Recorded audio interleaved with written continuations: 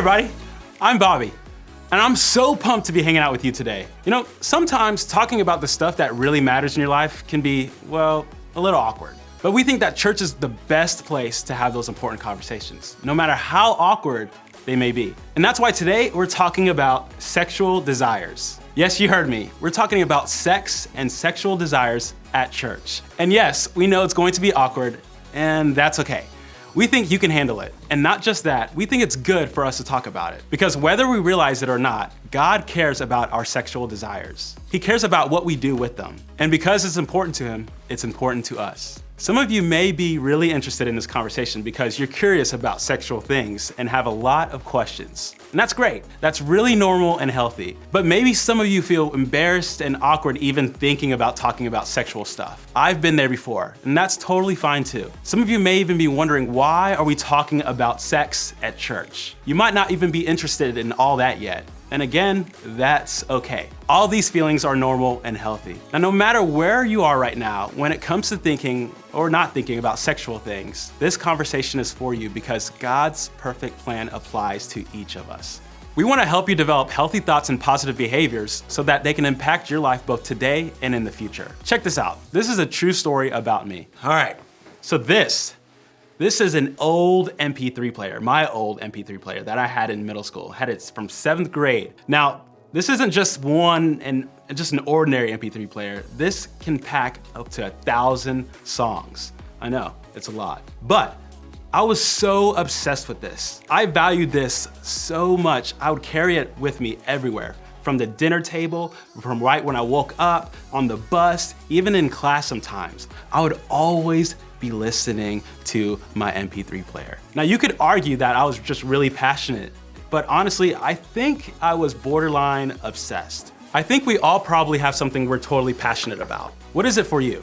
Maybe you're really into band or art or theater or football or church. Maybe you're really passionate about a cause or a relationship or a person in your life. But whatever it is, everybody knows you love it because you talk about it all the time. You think about it a lot. You give it a lot of your time and energy. After all, you're passionate about it. While there's nothing wrong about being passionate about things, problems can start when passions become obsessions. So how can we tell if what we're feeling is an obsession or a passion? Well, a passion is typically a love and excitement for something that doesn't cause us to ignore everything else in our lives. It usually makes the other parts of our lives better. So when you're passionate about soccer, you practice a lot and you work hard to be the best player on a team. When you're passionate about being a good friend, you spend more time with your friends and you think about how you can include and get to know others. When you're passionate about art, you paint or draw or sketch to get better at it. But when it's time to focus on your schoolwork, or you need to get enough sleep, or your mom asks you to take a break, you do it. You step away from what you're focusing on or you're passionate about with no problem. And obsession, on the other hand, has a tendency to take over our lives. It controls our thoughts and motivates our actions. It's what we think about all the time. It's the first thing you consider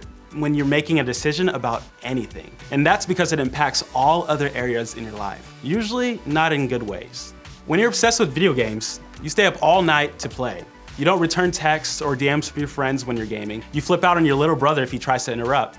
And as a result, you start to suffer because you're not getting enough sleep or spending time with other people or focusing on other important things in your life. When you're obsessed with social media, you spend most of the day planning or posting to your profile. You zone out of in-person conversations with friends to focus on the likes you're getting behind the screen. And because of that, even though your social media is awesome, your real-life relationships aren't doing too well. Or maybe you're obsessed with the person you're dating. You talk about them all the time. You disobey your house rules because you want to talk to them later than what you're allowed to. And you only want to spend time with them. And as a result, other parts of your life aren't the same. You're breaking rules, hurting friends, isolating other people from what's going on in your relationship. That one relationship is controlling every decision you make. See what I mean?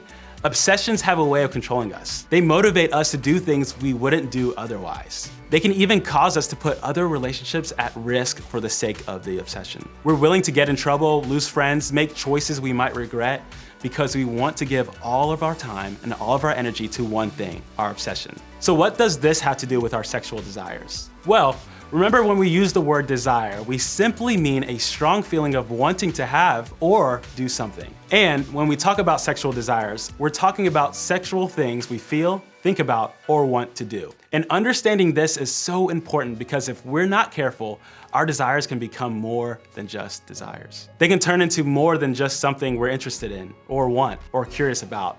They can become obsessions. They can control us and lead us into making decisions that aren't the best for us. See, in this age and phase in your life, things are changing a lot. Many of you are probably becoming interested in and curious about sexual stuff for the first time. And if you're not, that's okay too. I still think that this is important for us to talk about right now. Because whether it's questions about dating or about sexual desires, I want to help you navigate this with integrity. Sexual integrity is choosing to respond to the sexual things we feel, think, and desire in a way that respects ourselves, others, and God. It's responding in a way that's healthy, a way that doesn't control or confuse us, a way that doesn't allow an interest to become an obsession. So today, we're going to read something written a long time ago by a man named Paul. I think he had a lot of wisdom and guidance to share when it comes to interest, passion, and obsessions. See, Paul was one of the major writers in the Bible, and when he was alive, Paul spread the word about Jesus and what it meant to follow him. And part of the way he did this was writing letters to other Christians to encourage them and help them keep living God's best for their lives. Let's check out one of those letters. I am allowed to do all things, but not everything is good for me to do. Even if I'm free to do all things, I will not do them if I think it will be hard for me to stop when I know I should. See, I love this verse because it's so clear. Basically what Paul is saying is, yeah, I have the freedom to do anything I want, but all the stuff I want to do, it's not all good for me all the time. So even though I can do it, I'm not going to do it even if it's hard for me to give it up. Now, I don't know about you, but I definitely can relate to what Paul said here. I know exactly what it feels like to be so excited to have the freedom to do something I really want to do. But I also know I have to be careful to keep what I'm passionate about from becoming an obsession that controls me. An obsession I struggle to walk away from or stop doing. I think you probably get it too. Think about it. The older you get, the more opportunities you have. You get to choose some of the classes at school, you get to stay up later, you get to get a locker at school. You can eat caramel apples now that your braces are off. You have or might be getting a phone soon, or you might start dating. In other words, you're starting to have more freedom. But as Paul reminded us here, you have to be wise about how you use that freedom. I think this is especially important when we're talking about things like dating, sex, and sexual desires.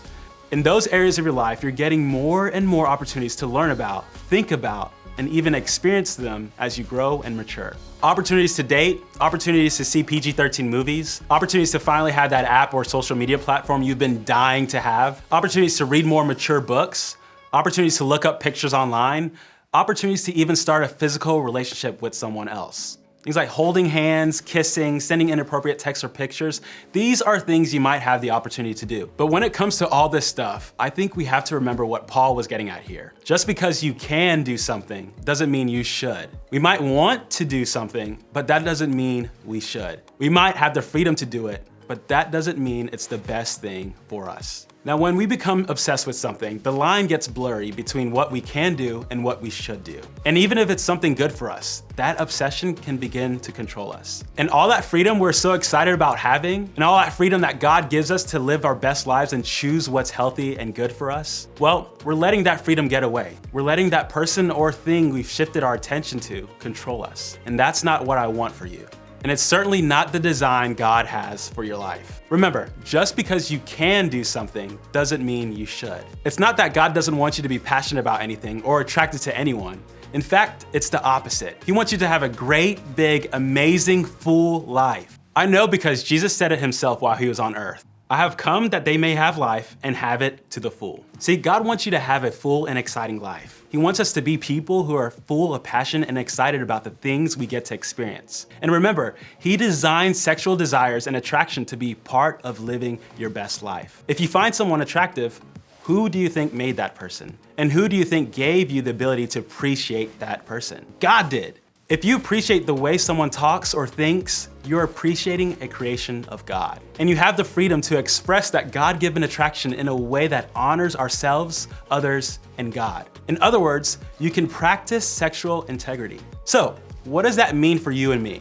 I think we've got to get real about our obsessions. So, let's start by doing two things. First, recognize the obsession. How can we know when a passion has turned into an unhealthy obsession? Well, we can start by looking at what consumes and controls our time and thoughts. If it's taking us away from other important things or people, it probably has become an obsession.